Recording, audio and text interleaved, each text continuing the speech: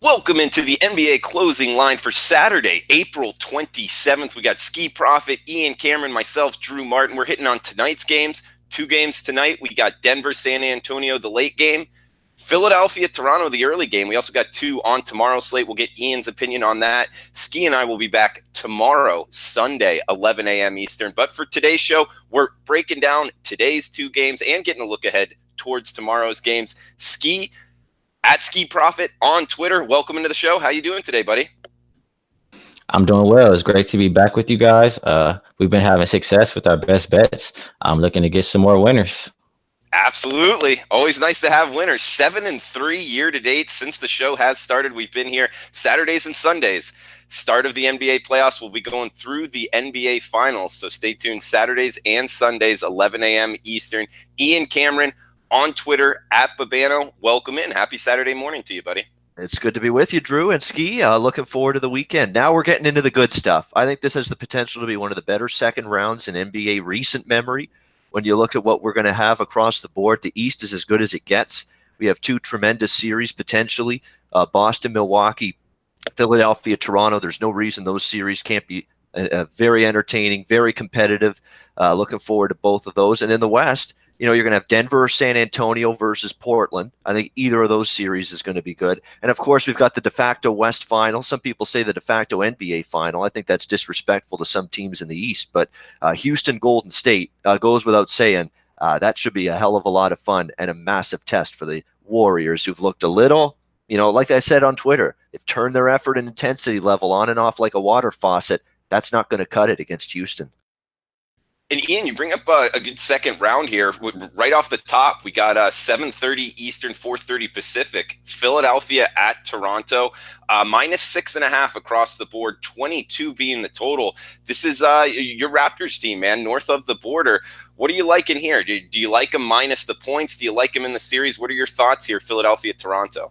Well, first thought is I'm glad the Leafs are out of the picture because now this team can get the rightful focus and attention that they deserve, which is great to see. Of course, with a little Vlad Guerrero Jr. debut sprinkled in on the side last night, they were all into that as well in Toronto. But, for this series, guys, Philadelphia impressed me against Brooklyn. Let's give them some credit.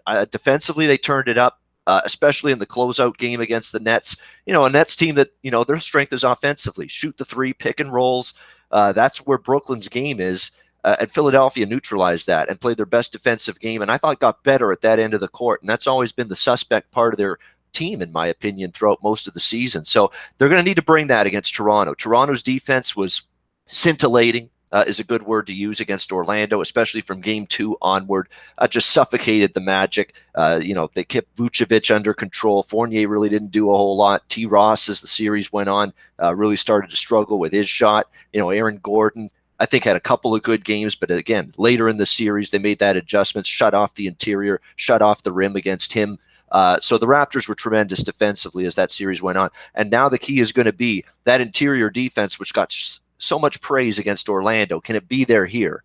Because we know what the strength of the Sixers is, who they feed the ball to 9 times out of 10, Joel Embiid. Can the Raptors neutralize him to a certain degree? I think they can a little bit. You look at the guys they can throw at him. Defensively, elite defenders like Gasol and Ibaka and Leonard and Green. You go on down the list. This is a team that just bought into the defense. They got better at that end of the court against Orlando as the series progressed.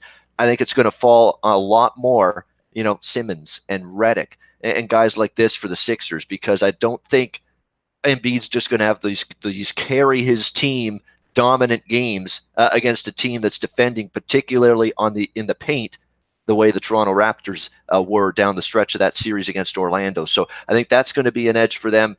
We were saying off air, usually when you look at a guy like Brett Brown now, who's been a coach for many years, came from the Greg Popovich coaching tree, that should be a really good coach in this league by now. Yet I'm still thinking that a first-year NBA head coach and Nick Nurse still might have the coaching edge in this series because I like the way he's managed this rotation. I like the way he's consistently put out starting fives that are going to give him the best chance to match up with the opponent, which I think is a great way to coach. And I think he's going to have that little mental edge and little X's and O's edge a little bit over Brown here in this series.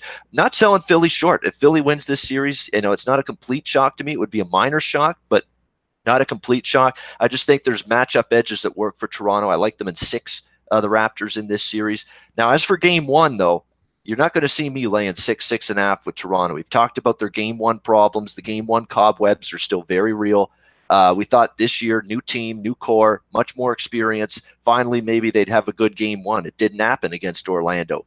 Not only not cover, lose the game outright as a 7.5 point favorite in game one. So I got to see Toronto in game one before I back them, step up and get it done. So I like them in the series, but to be honest with you, if I had to make a game one recommendation, I'd take Philadelphia here plus 6.5. I dare Toronto to show me a good game one, which has been a problem for this franchise. All right, so given the opportunity, taking the underdog here plus the points in the market, pushing it from 5.5 to 6. So some early big money at least initially on the Raptors. Ski, what are you liking here? Do you agree with this market move? I do not agree with the market move. Ian made a lot of points that I do agree with. The first one I'll touch on is Raptors game one. We talked about it last series, and sure enough, they lost outright to the Magic. So since 2014, they're 1-9 against the spread in game ones. And if we go back even further, 2-14 straight up, 3-13 against the spread game one. And we've said that this is a new Toronto team, but we got the same result in game one last series. So I'm not expecting any different here. I think 6.5 would be too many for me to feel comfortable laying. If I'm taking a side, it's going to have to be Sixers plus the points. And as far as the series, I think Ian's pretty spot on. I don't think the Sixers team can hang with Toronto. Brett Brown is the worst coach left on the East. The Raptors are really great defensively, just as Ian touched on, and Sixers struggle. They can't seem to defend. That's where I'm going to see Toronto winning. It's going to be on defense. They have a major defensive advantage. Kawhi, he's going to shut Ben Simmons down. Ben Simmons struggles against Kawhi, and let's say you turn Embiid to a shooter, or you just shrink the floor. Same way we saw Simmons struggle last year. I think we see it again this series. And talking like that, it leads me to think it's going to be a under type of game. So I like the under. What is it? 220. I think the number was changing, but I do like the under here in this game. Yeah, and Ski, you bring up the fact that Toronto has a huge defensive advantage. So, bringing in Philadelphia's defense possibly being a weakness, and the total is 222 at 5. I'm seeing 221.5 at bookmaker, so it is moving towards the under. How much does Philadelphia's kind of weaknesses on defense scare you? Yeah, I think Toronto has the capability to put up points, but my thing is I'm not a big fan of Toronto game one. And I think they'll make adjustments as it goes on, and they'll start to get better and better. But I'm not really worried. I just think it's going to be like, if I look at the playoffs right now, defensive rating, Philly somehow is 7th. Toronto is 2nd. And pace-wise, Philly was playing a fast tempo. Their first playoffs pace, and Toronto's 13th out of 16. But 3 out of the 5 games went under for Philly. So you're going to get high numbers. We're getting a pretty high number. Think about all the Toronto numbers we got versus Orlando. It was 208 or 209 or 215. Like, it was in between that range. Now the number's about an extra 10 to 15 points. So they're going to make up for it because of that. So I'm not really too scared. I think that Toronto's defense will keep the game lower. And I think that if the coach makes the adjustments, the scheme would be good for that. And it opened 223, seeing it as low as 221.5 this total. And Ski, I know the NBA really as good as anybody, and your record shows it a lot better than I do. But one thing I've noticed from college basketball is when betting totals, it's a lot easier to slow the game down than it is to speed the game up.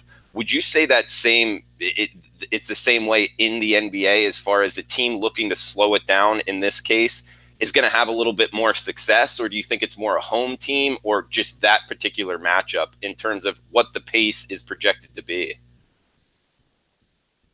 I'm sorry, Drew. I need the first part of that question one more time. So like in college basketball, I've always felt it's easier to slow the game down than it is to speed the game up. That's why like teams like Virginia winning the national championship, I think that had a lot to do with them winning is because they could slow the game down. But in the NBA, do you think that it's the same way? A more defensive team, it's easier for them to slow the game down than an offensive team looking to push the pace? Just more so who we think is the better team, or maybe the home team. Like Golden State, I don't think they'll have trouble pushing the pace if they want to push the pace. I don't think they have trouble playing slow if they want to play slow. It's just whoever is the better team, and I think the home team controls the pace a little more as well. So I mean, I do think Toronto is the better team, and they're also the home team. So I think it will go more so with Toronto. That makes a lot of sense. Okay. And I would say the same way in college basketball. Ian, did you want to jump in here on any comments that Ski had? Yeah, I mean, definitely. I think it is one of those situations where it's going to be tailored to matchups in terms of where this goes. Like I say, with the Raptors defending the way they have, it's hard for me to bet them over the total right now. When I saw the kind of defense I saw from them in the first round series against the Orlando Magic. So one thing I want to note, too, about the Toronto Raptors and their patterns and their behavioral patterns at playoff time. We know their game one struggles. They've been a terrible point spread proposition in game ones.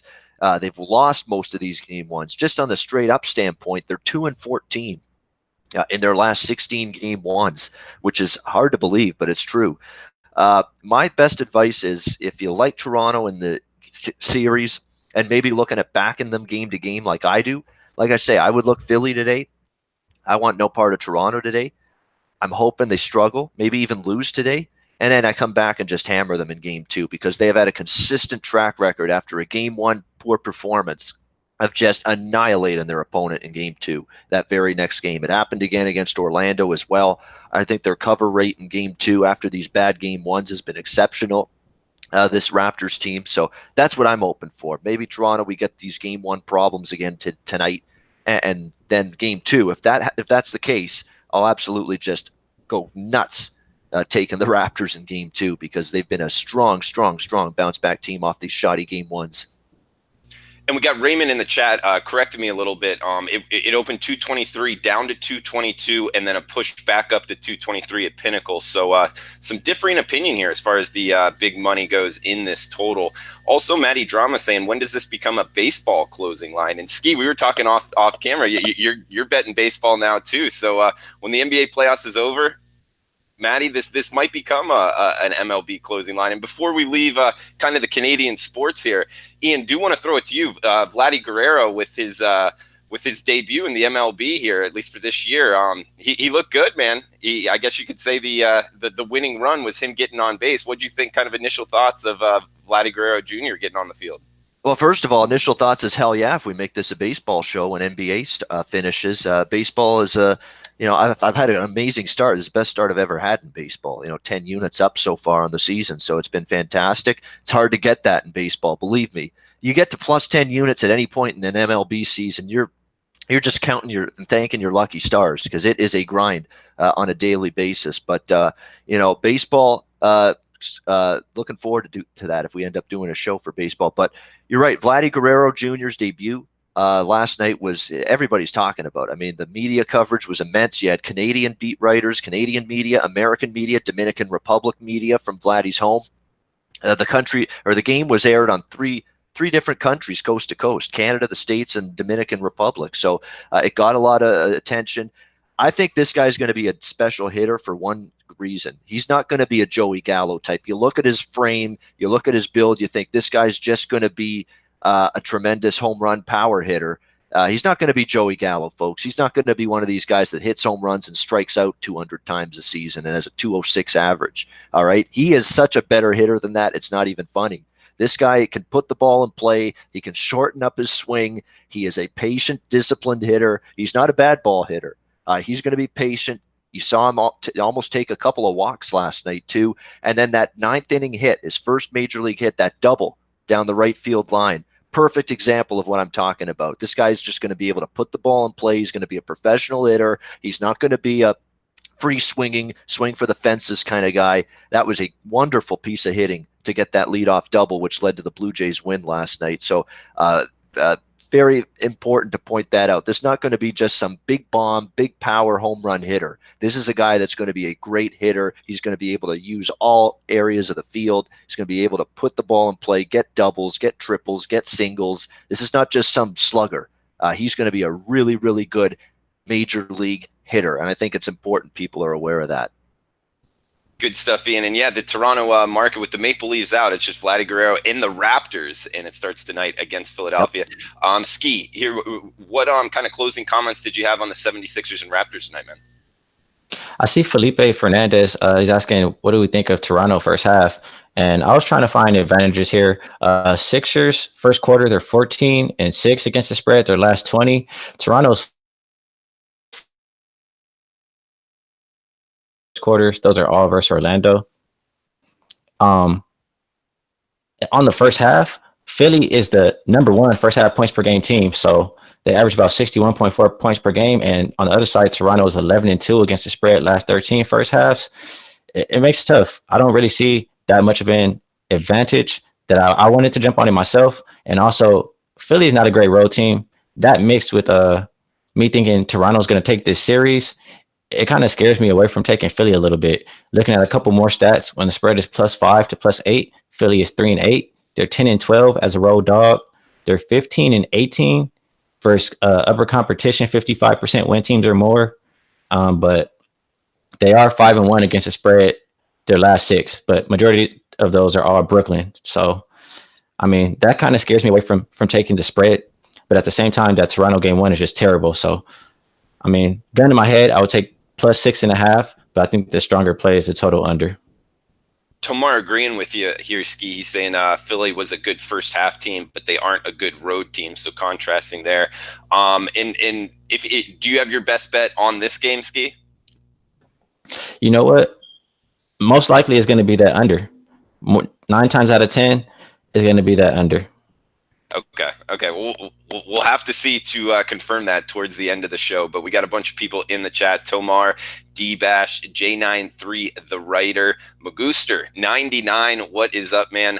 Good times with him down in Costa Rica. Wild man of sorts. Marshall, Top Set. Welcome in. Good morning to everybody. George Cruz. Guys, if you're liking the content, please give us the thumbs up, the like button. And if you could retweet on Twitter, the show is out at SBR Sports Picks. That would help, too, to get the word out on the show. We got Ski Profit at Ski Profit on Twitter, Ian Cameron at Babano on Twitter, and myself at Drew Martin Bets on Twitter.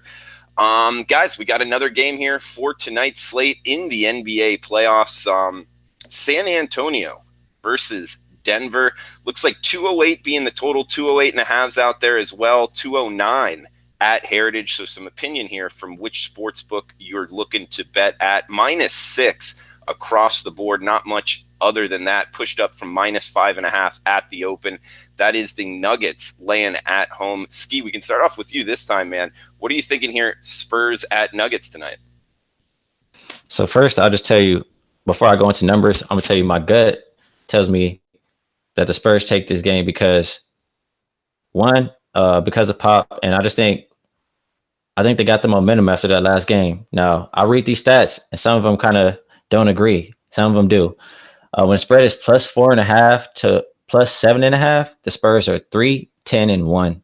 Spurs are another team that's not great on the road, 11-15-1 as a road dog, but they do play great against competition, 24-12-1 versus 55% win teams or greater. They're 30-19-3 against the spread games 5 through 7. I'm looking at that, but I'm also thinking this is a Denver team that finished second in the West. That's a great home team, 25-16 as a home favorite. It's tough for me to go against them. I do have a play on the Spurs series, +140. So I need them to win this game. But if I'm going to attack this game, I'm going to look at it like this. I'm trying to find ways to back the Spurs. And if I have to choose one, it's going to be first quarter. Denver has been a complete fade. They're 1-9 last 10 first quarters against the spread. I think the Spurs carry their momentum over to this game. They're 6-1 the last 7 first quarters against the spread. So if I'm playing this game, it's going to be Spurs first quarter probably plus 2 points. I'm guessing. I didn't have a chance to look at it, but I would like the Spurs on that first quarter, and I would think there's going to be points. The over is 26-17 away, and a crazy stat. In the series is over for the last 5 games. Although, I mean, the stats kind of it shows that it should be an under. 2 of the slower playing teams in the NBA, they just haven't been playing defense. They're all really efficient on offense. So they've been having 91, 92 possessions per game. So I'm kind of not understanding how it's going over. But, I mean, my stats tell me it's an over game. I would lean Spurs first quarter and over. And Ski, just so you know, on the first quarter, it is 2 being the number right now. So, and guys, you can always check that on SBR odds. There's little tabs to pick first half, second half, first quarter, any of the quarters really. First quarters are out right now, also first halves. But Ian, we'll throw it to you, man. What are you thinking here? -6 for the Nuggets, 208 being the total. Well, the first thing I want to point out from just a betting standpoint in terms of timing your bet when it comes to the total, if you like the over, as Ski alluded to the fact he's leaning over the total here, wait it out. Wait it out, because the betting markets are infatuated and always are betting game 7s under the total. They love game 7s under the total. It's game 7, do or die. We got to dig in defensively. We got to be intense at the defensive end, bring our best. And that's what we're seeing. This total opened 211, dropped to 210.5, 210, 209.5, 209, all the way down to 208.5 now. So it's been a consistent, steady trickle of under money that's come in here in Game 7. So there's no rush to bet this thing. Wait it out. It might even go down further if you like the over here in this game. And you're right. From a pace perspective, it's, you scratch your head a little bit saying, how are these games so high scoring? Because they don't play fast, but they've been very efficient offensively. Certainly San Antonio was the last game. San Antonio had actually had, I would say, a little bit of defensive struggles the last couple of games. It's their defense that's really been bad at times this series, San Antonio. But we talked about it, or I think the last time I was on with you guys last Saturday, that they made that adjustment, Craig into the starting lineup for the Nuggets. And from that time on, to 2 straight games, the Spurs just looked out of sorts, out of sync offensively in Game 4.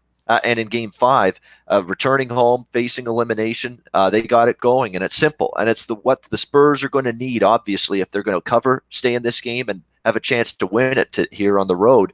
They're going to need the same kind of output, the same kind of performances from their big guys that they got the last game.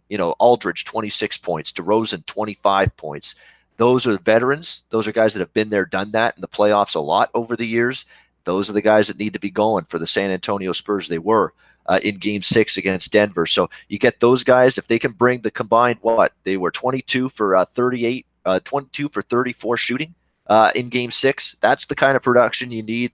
Bryn Forbes, 12 points. Derek White, 13 points. Rudy Gay having a pretty good game, 19 points as well. You need those guys, especially these are all guys that have been in the playoffs a lot.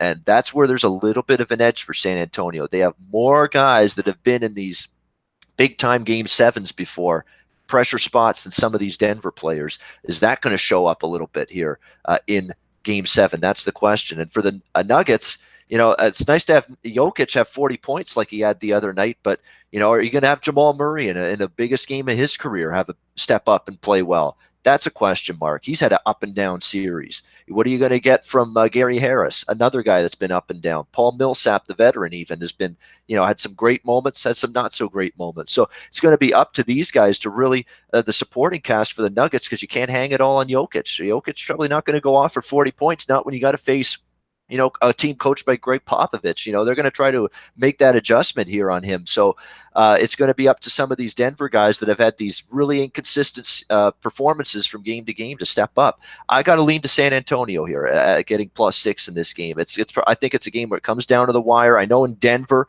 the last 2 games, Spurs didn't play well. It didn't end well in Game 2 in Denver for them. They got blown out in Game 5 in Denver. But this Game 7 now, this is when pressure sets in, especially for some of these players on Denver. More of them haven't been in this spot a lot. This is where it could show up a bit, and that could make it a little difficult to win by margin in this type of setting in a Game 7. So I think it's a close game either way. I don't know if San Antonio wins it. I said San Antonio would win the series before it started. I'm not going to jump ship, but I will take the points here, +6. I think worst case scenario, San Antonio has this a tight game in the final minute or two.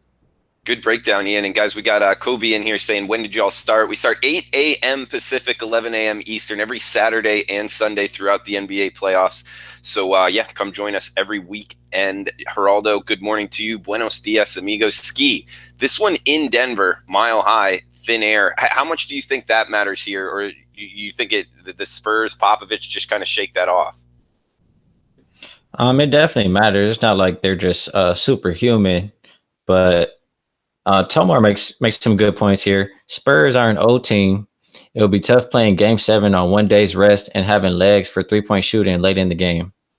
So, I mean, I think that kind of agrees with where I was going on that first quarter. Like, I think the Spurs come out and play hard early, and I think they're motivated. They're coached well. They make adjustments. Denver has already been terrible every single game to start for the last 10. So I think that pushes me towards that first quarter. I think that's a play for me right there. I'm sorry if I didn't answer your question, Drew, but that's what kind of caught my attention right there. Yeah, no, first quarter, absolutely, man. It's been good in our best bets as well, so stick with it. Red Girl's tailing you as well, but Ian, is there anything else you want to throw out here on this Denver game? Yeah, the momentum factor too is why the first quarter might be a good option with San Antonio. Just because you got the team that's feeling good, they got their swagger back at least a little bit with that blowout win against Denver at home in Game 6. It's something that can carry over from a momentum standpoint early in Game 7. You've got that confidence back. You got great performances from Aldridge, DeRozan, Forbes was great. Rudy Gay contributed offensively. He's terrible defensively, but he's got to shoot for you, Rudy Gay, because he's just terrible at the defensive end. But he did that for the San Antonio Spurs in Game 6 against Denver. It's again a momentum thing. You're feeling good. You feel okay. We looks like we were down and out. We lost 2 games in a row. And blowout in Game 5. We bounced back at home. We're feeling good taking the court for a Game 7. We just blew these guys out. We feel we're back in the series. We got a chance now to win this game, win this series in advance. That's a momentum factor that could be very real early in this game and could favor the Spurs in that first quarter if you want to take that bet that Ski recommended. Ski, have at it, man. And also, yeah, I just want to say gun to my head, I like the Spurs too. And I'm just going to throw out a couple stats that support that. 19-11 against the spread versus the West. I did say this stat already, but they're 30-19-3 against the spread games 5 through 7. And Ian alluded to Spurs have been there, done that. Denver has not. Denver has the advantage of being at home, but I do think that how do I say, experience holds true. And Spurs in Game 7s, they're 3-3 straight up. They alternate wins and losses. They lost their last one. So it will be time for a win on this one. And Red Girl's saying it's down to 1.5 first quarter on her book. And also George Cruz saying Denver crowd not even loud. Is their home court advantage not even that big in your opinion, Ski?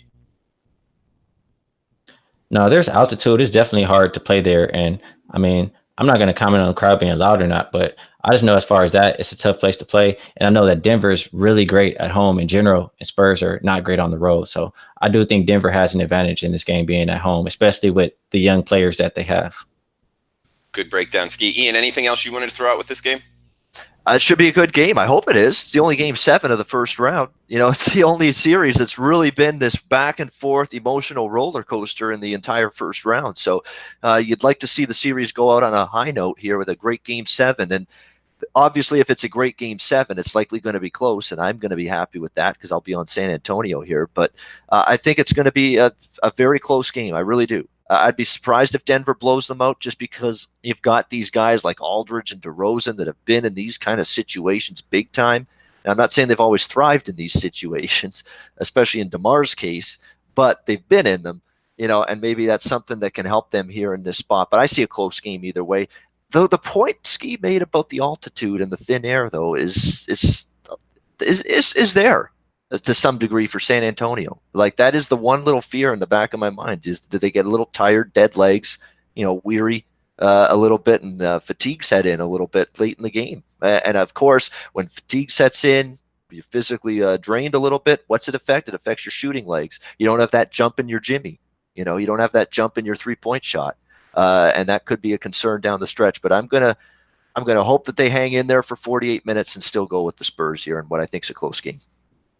They don't have that jump in their Jimmy. I like it. I like it, Fabiano. Good stuff, man. Hey, what about tomorrow's games, guys? We'll be here 11 a.m. Eastern, 8 a.m. Pacific. Ski and myself, Ian, here on Saturdays with us. So, any look aheads towards tomorrow's cards you want to throw out, Ian? Yeah, I'm still looking over them, so nothing definitive. But I can tell you, Boston, Milwaukee, I wouldn't count the Celtics out in that series. Now, the great conundrum is Boston certainly showed they flipped the switch, and they looked like the team that everybody thought, hey, this is a team that can go a long way in the Eastern Conference, with the guys they've got with Irving and Hayward, Tatum, Smart. You go on down the list. Baines has been a big guy for them as well. Horford. I mean, this Boston team we knew had the talent. They've got Brad Stevens, a good coach. For some reason, they had an inconsistent season. They had issues off the court. They had some, players, flapping their gums a bit, not happy with the direction of the team at times, but they seem to have put all of that behind them against Indiana. That was an impressive 4-game sweep. So I believe Boston's a much better team and ready to be a tough out. But the leap from Indiana as a first-round opponent to this Milwaukee team as a second-round opponent, it's about as massive as it gets. Because let's be honest, Indiana was a shell of themselves the moment Victor Oladipo was lost for the season. So this is going to be a completely different animal here for this Boston team. But, Milwaukee breezed through a Detroit team that they had matchup advantages galore against. And I'm certainly not taking away from Greek Freak and Middleton and Bledsoe, who I all thought were tremendous in that series. They even got good production from their bench. But I think Boston is going to give them a series here. Like I was saying before the show started, this could be a series where Milwaukee could still obviously win the series. They could win the series, even in 5 or 6 games.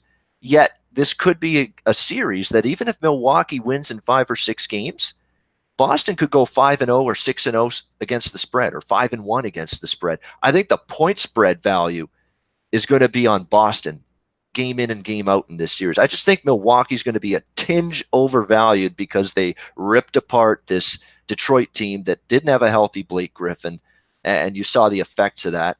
That's dealing with just sliding into the playoffs as an 8 seed. Matchup advantages galore. It was just a perfect matchup for Milwaukee. And now as a result, you've still got Milwaukee laying a hefty number just right here in game 1. They're laying 7.5 at home to this Boston team that really looked like they were rounding into form. So I don't know if I want Boston in game 1 just yet. I may want to see a game of this series first before I pull the trigger on anything betting-wise. But just in theory, I think Boston's going to have point spread value in this series. The other one, Houston, Golden State, you're already seeing the money come in on Houston. It was 7.5, 8 Golden State in game 1, down to 6 now.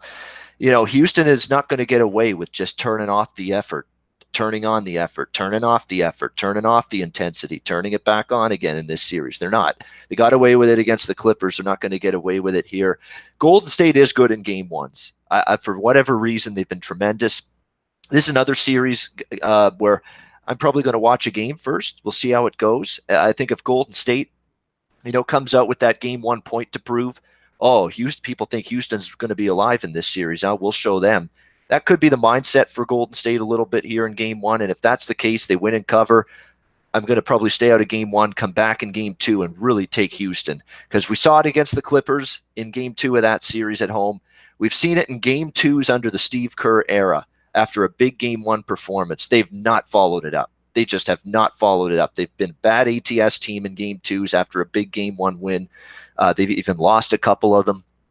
Don't put it past them for that to happen here against a Rockets team that I think is going to be a great, great and tough matchup for them. So I'm not involved in game 1 of this series, but I think Houston is very much alive in this series to win it. I'm going to have a Houston series bet on this series.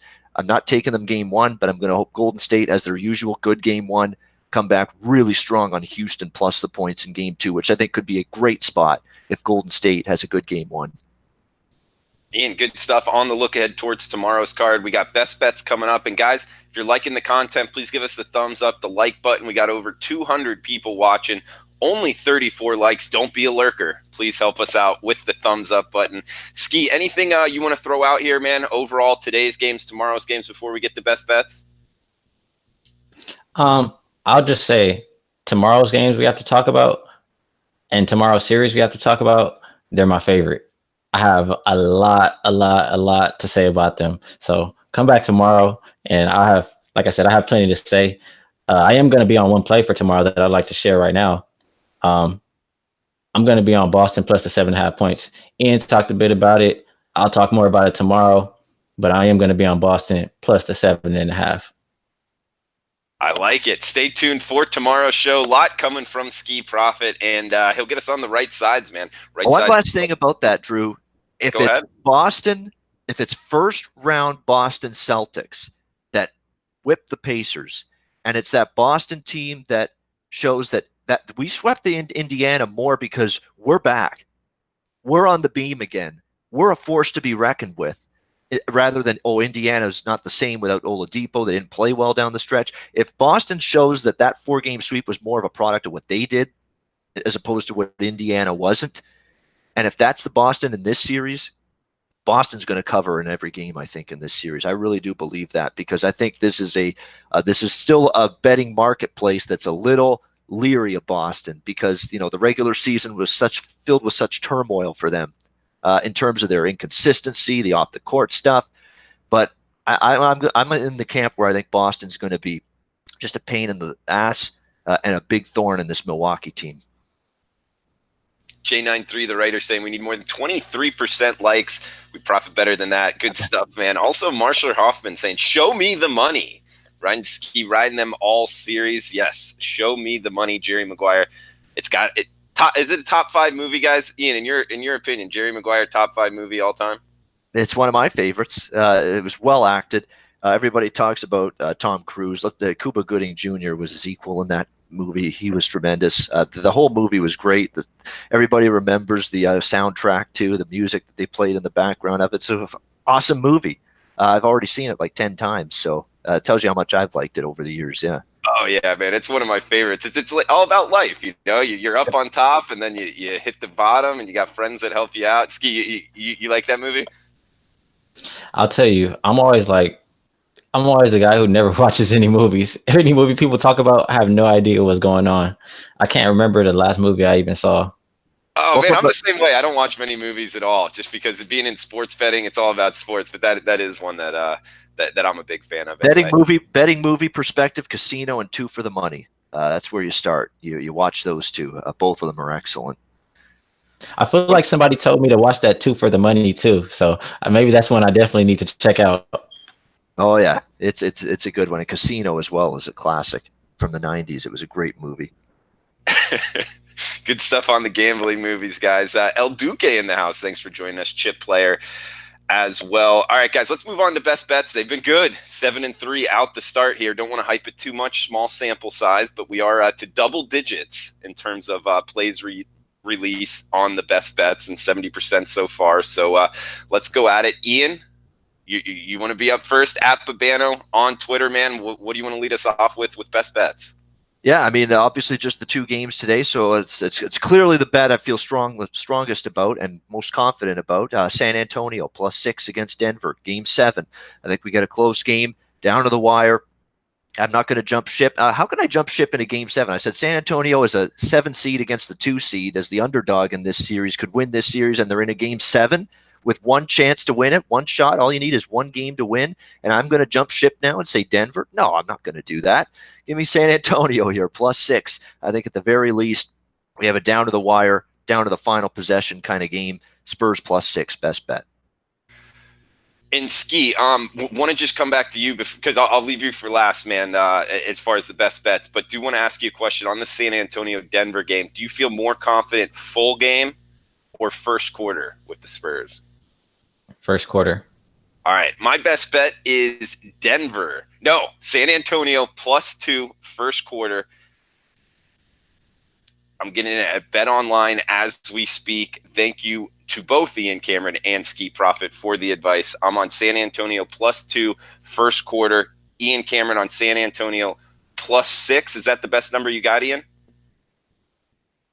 Yeah, I'm looking as we speak right now. It doesn't look like it's 6. It showed signs of going up to 6.5, but not yet. It's 6 across the board. So yeah, it's 6. Okay, +6 for him. Full game, Ski Profit, man. at Ski Profit on Twitter. All right, man, finish this off. What do you got for best bets? And you know what? Drew, you did take my best bet I was going to use. So that would be one of my plays today. I do honestly. Dude, you I can like still that do Celtics. it. I don't I want to can take still it. do it. Yeah, of course. Nah, I want to give them something else though. It's okay. I'll give that play as well. It's no need to give the same play. The one thing I'll say on this other play that I didn't like, as I was talking about this Philadelphia and Toronto game, the line at Bookmaker went right back up to 223. So I kind of wanted to see why it would do that. But I feel like I've done all the research I need to do, and I know all I need to know on this game. I think I have a great feel for how it's going to go. And Toronto, they've been allowing 11 fewer possessions. 11 fewer points per 100 possessions than regular season. So they've been a much better defensive team. I'm going to roll with it. If the number goes against me, it's all right. I have faith in that play. Under, it's 223 now. I'll roll with that. Under 223 for your best bet. All right, so we got it. Philadelphia, Toronto, under 223 for Ski Profit. Guys, great show. Thank you to everybody in the chat box. Good stuff. Thank you for the likes as well. We really appreciate that. We got Rounders as a movie as well. Raymond Scott, Gregor Titans in the house. Big Worm, QQ Wilson, El Duque, Cody, Ski Profit. Thank you, man. Ian Cameron on Twitter at Babano. Ski Profit on Twitter at Ski Profit. Guys, thanks for tuning in. Best of luck with your bets. Our best bets are Ian Cameron, San Antonio +6. I am on San Antonio +2 first quarter, and Ski Profit on the under 223 in the Philadelphia Toronto game. And we can actually give you 223.5, Ski. It is at Bookmaker right now on SBR odds. Ski, did you want to throw out anything before we close out the show? No, just that I love doing the show with you guys. I will take that 223.5 because I do use Bookmaker. And just don't forget about the Celtics +7.5 because I will be on that too. All right, that's for tomorrow's slate. And Ian Cameron, any closing words, man? Closing words. This is great to be with you every Saturday. Fun to talk NBA playoffs and rest of the playoffs. Then it'll turn into baseball after that. So we're going to have a lot of fun and hopefully profitable Saturdays throughout the spring and summer with you, Drew, you, Ski, and me, Ian. So looking forward to it. All right, good stuff, dude. Good stuff, Ski. And guys, best of luck with your bets out there. We'll be back tomorrow, 11 a.m. Eastern, 8 a.m. Pacific here on the SBR YouTube channel. Thanks for tuning in. Thanks, everybody.